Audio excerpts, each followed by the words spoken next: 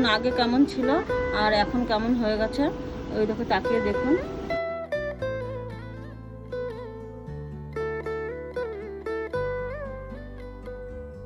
অদিতি, তুই একবার এসে একবার দেখে যাতে তোর মা কি অবস্থায় দিন কাটাচ্ছে। হ্যাঁ, কি হয়েছে? ওই যে আমাদের বাড়ির মেয়ে হচ্ছে অসুস্থ, হাঁটতে পারে না, চলতে পারে না।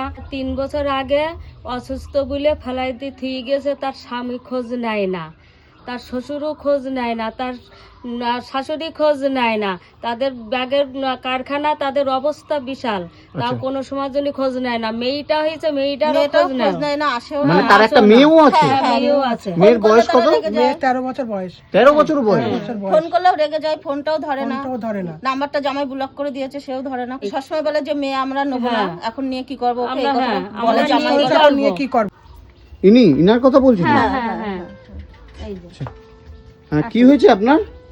আমি হাঁটতে পারি না। আমি প্রায় 6-7 বছর ধরে আমি একদমই হাঁটাচলা করতে পারি না। আচ্ছা। আমি বাইরে বেরোতে পারি না। আমি পায়খানা, বাথরুম কোনো রকম কোনো কাজ করতে পারি না। আমার স্বামী আমার দেখে না, আমার শ্বশুরবাড়ির লোকও দেখে না। আমার একটা মেয়ে আছে, তাও সেই মেয়েটাও আমার খোঁজ নেয় না, আমাকে বাবার বাড়ি ফেলে রেখে গেছে। আমি এইভাবেই দিন কাটে। আমার মা সারাদিন আমার কাজকর্ম করে, আমার জামা কাপড়, পায়খানা, বাথরুম সব আমার মা পরিষ্কার করে। মানে আপনার বিয়ে হয়েছিল আমার কতদিন আগে বিয়ে হয়েছে? হয়েছিল? আমার 16 বছর বিয়ে হয়েছে। আচ্ছা, আমি মেয়ে সবাই আছে? সবাই খোঁজ রাখে না? কেন খোঁজ কেন রাখে না? বলেছে কি যে আমি নিয়ে তোমার কি করবো, তুমি এখন অচল হয়ে গিয়েছো, তোমার দিয়ে কি করবো, এরকম ভাবে বলেছে। নামতে গিয়েও বিশাল কষ্ট, আর একজন আর একটুখানি টেনে দিতে হয়। ওর পিছনে সবসময় একটা লোক লাগে, সবসময় যে ওর ইয়ে করবে একটা লোক। হ্যাঁ, ওর মা অসুস্থ, হার্টের পারে না, হার্টের সঙ্গে প্রবলেম।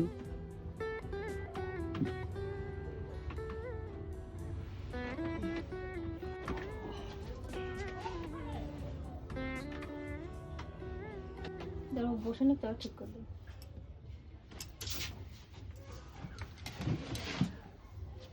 মানে এইভাবেই ওঠানামা করেন? হ্যাঁ, আমি এইভাবেই ওঠানামা করি।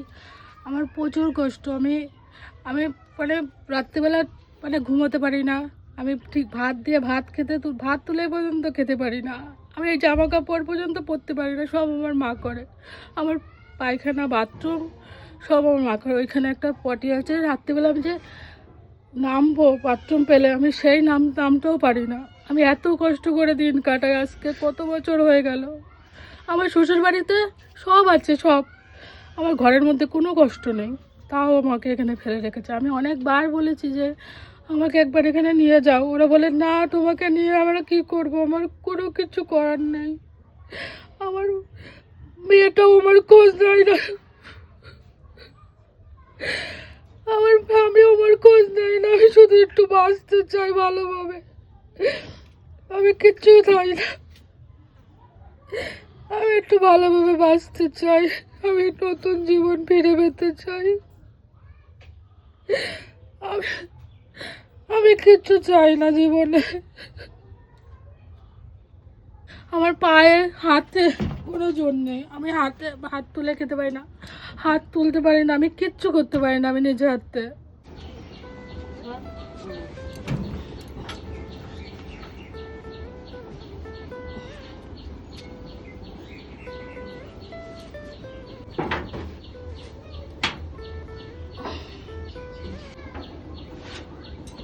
মানে এই টিন ধরেই কি যাতায়াত করেন দিদি? হ্যাঁ হ্যাঁ, ধরে ধরে অনেক রিস্ক নিয়ে আমি এখান থেকে যাওয়া আসা করি। যদি একবার আমি নিচে পড়ে যাই, আমাকে আর কেউ তুলতে পারে না, একদম যেন সারা শরীর ছেড়ে দেয়, আর একদম উঠতেই পারবো না। এই টিন ধরে যাওয়া আসা করে।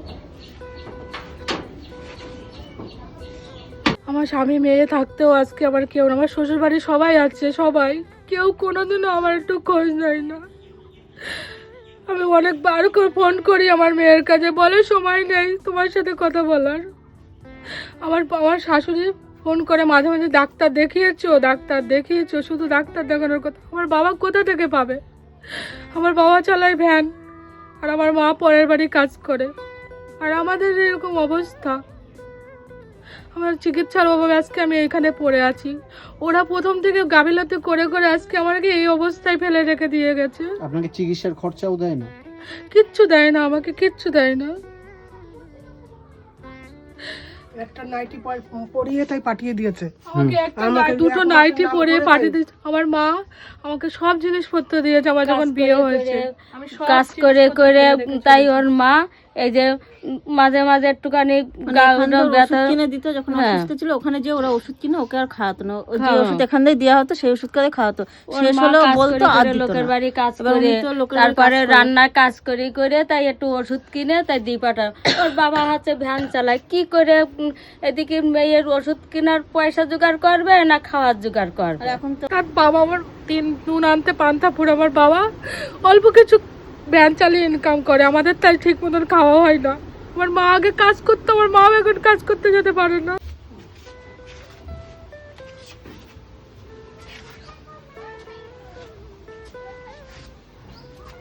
আমার মেয়ের নাম অদ্বিতীয়া।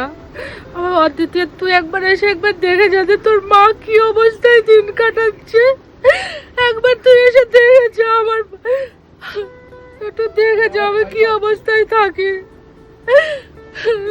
আমি একটু বাঁচতে চাই ভালোভাবে। তুই তো আমার মেয়ে, তুই আমাকে কি করে ভুলে গেলি?